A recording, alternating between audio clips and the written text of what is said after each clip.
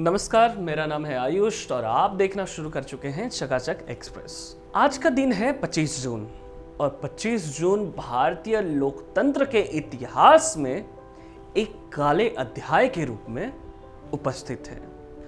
आखिर क्या हुआ था 25 जून को और 25 जून के उस आधी रात को जिसने इस देश पर एक काला धब्बा लगा दिया।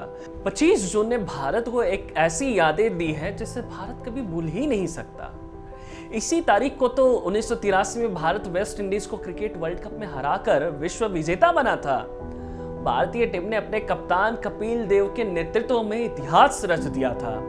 मगर उससे 8 साल पहले इसी तारीख को यानी कि 25 जून को भारत के कप्तान यानी भारत की प्रधानमंत्री इंदिरा गांधी ने एक ऐसी चोट दी जिसे देश आज भी भूले नहीं भूलता। आज ही के दिन कुर्सी के मोह में इंदिरा ने हिंदुस्तान में आपातकाल घोषित किया था। हम सभी जानते हैं कि आपातकाल के दौरान सत्तावादी इंदिरा गांधी कैसे तानाशाह हो चली थी। 1975 में आपातकाल लागू करने से उन आदर्शों के मूल में आघात हुआ जो हमारे लोकतंत्र का निर्माण करते हैं। स्वतंत्र भारत के इतिहास में शायद ये सबसे काला दौर था। इस बात की चर्चा तो हम हमेशा से करते हैं कि कैसे कोर्ट के एक आदेश से घबराकर इंदिरा ने देश में इमरजेंसी लगा दी थी, यानी कि आपातकाल लगा दिया था। एमनेस्टी इंटरनेशनल के अनुसार आपातकाल के दौरान 1,40,000 से ज्यादा लोगों को बिना मुकदमे के गिरफ्तार किया गया था। वो दौर ऐसा था कि गिरफ्तारी से बचने के लिए आज के प्रधानमंत्री नरेंद्र मोदी और भारतीय जनता पार्टी के नेता सुब्रमण्यम स्वामी तक ने सिख के वेश को धारण कर लिया था, यानी सिख धर्म में जो पगड़ी लगाते हैं वो पहन के घूम रहे थे। चलिए आज जानते हैं कि वो इमरजेंसी हटी कैसे। कहते तो ये भी है कि संजय गांधी 35 साल तक इमरजेंसी रखना चाहते थे, लेकिन मां ने चुनाव करवा दिए। इमरजेंसी युग में संजय गांधी के जिद्दी रवैये ने भी इंदिरा गांधी के इस फैसले को गलत साबित करने में गुंजाइश नहीं छोड़ी। कहते हैं कि संजय के 5 सूत्रीय कार्यक्रम के तहत नसबंदी ने लोगों में इंदिरा के खिलाफ बेजोड़ गुस्सा पैदा किया था। नसबंदी अभियान की भीषणता का अंदाजा इससे लगाइए कि संजय गांधी ने अपनी करीबी रुखसाना सुल्ताना, जिन्हें इमरजेंसी की चीफ ग्लैमर गर्ल भी कहा जाता था, उन्हें कम से कम 8,000 मर्दों को नसबंदी के लिए प्रेरित करने का जिम्मा सौंपा गया था। लेकिन रुखसाना सुल्ताना 13,000 से ज्यादा नसबंदी करवा डाली थी। सुनने में तो ये भी आता है कि 18 के नौजवान से 70 साल तक के बूढ़ों तक की जबरदस्ती नसबंदी करा दी गई थी आपातकाल के दौरान। उस वक्त रुखसाना पर यह आरोप भी लगे थे कि उनके गुंडे नसबंदी ना करने के बदले लोगों से पैसे मांगते थे।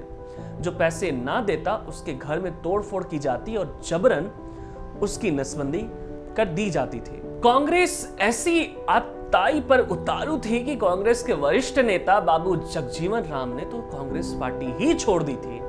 दिल्ली के तुर्कमान गेट पर बसी झोपड़ियों को गिराने का फरमान जारी कर दिया गया था। जब लोगों ने इसका विरोध किया तो पुलिस की गोलियों ने उनकी जान ले ली।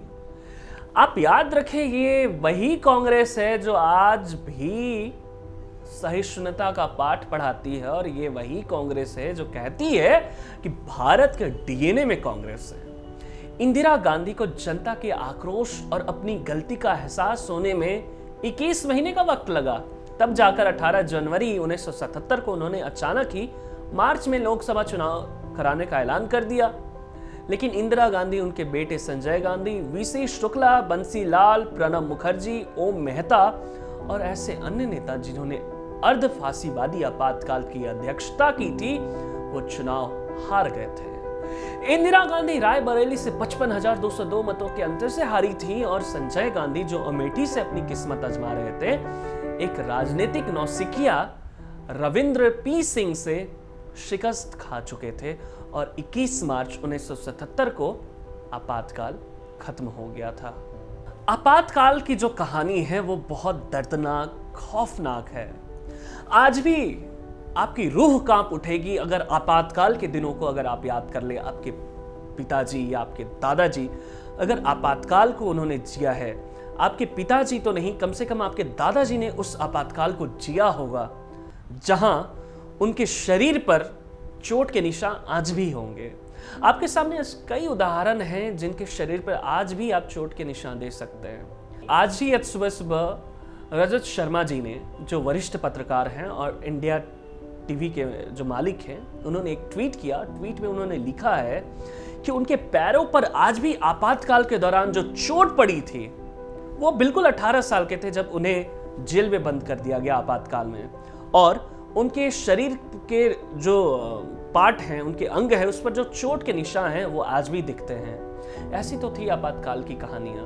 उस आपातकाल में कई नेता हमारे सामने निकले जो आज भी हम देख सकते हैं कि जो सत्ता में हैं, जो मंत्री हैं, सांसद हैं, विधायक हैं। उसी आपातकाल से सरकार बदल दी गई थी, जहां पे जनता पार्टी की सरकार आती है, जेपी जैसे मूवमेंट होते हैं, और अटल बिहारी वाजपेयी जैसे लोग, लालकृष्ण आडवाणी जैसे लोग, इन्हें जेल में बंद कर दिया जाता है। लेकिन फिर भी आपातकाल को हटाया गया और फिर से देश में लोकतंत्र की बहाली की गई।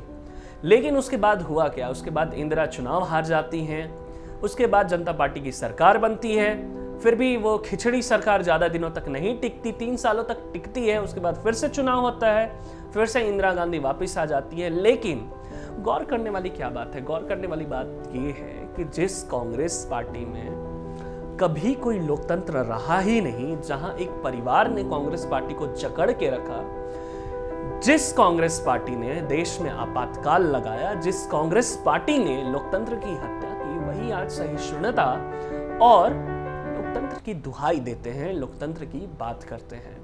तो जिसके व्यवहार में ही लोकतंत्र नहीं है, जिसके व्यवहार में ही सहिष्णुता नहीं है, तो सिर्फ अगर वो भाषण दे दें तो उससे क्या फायदा है? सोचना हमें और आपको है। बाकी देश दुनिया की तमाम सरल, सटीक और सत्य खबरों को देखने के लिए जुड़े रहिए चकाचक एक्सप्रेस के साथ। और हाँ, सब्सक्राइब करना ना भूलें।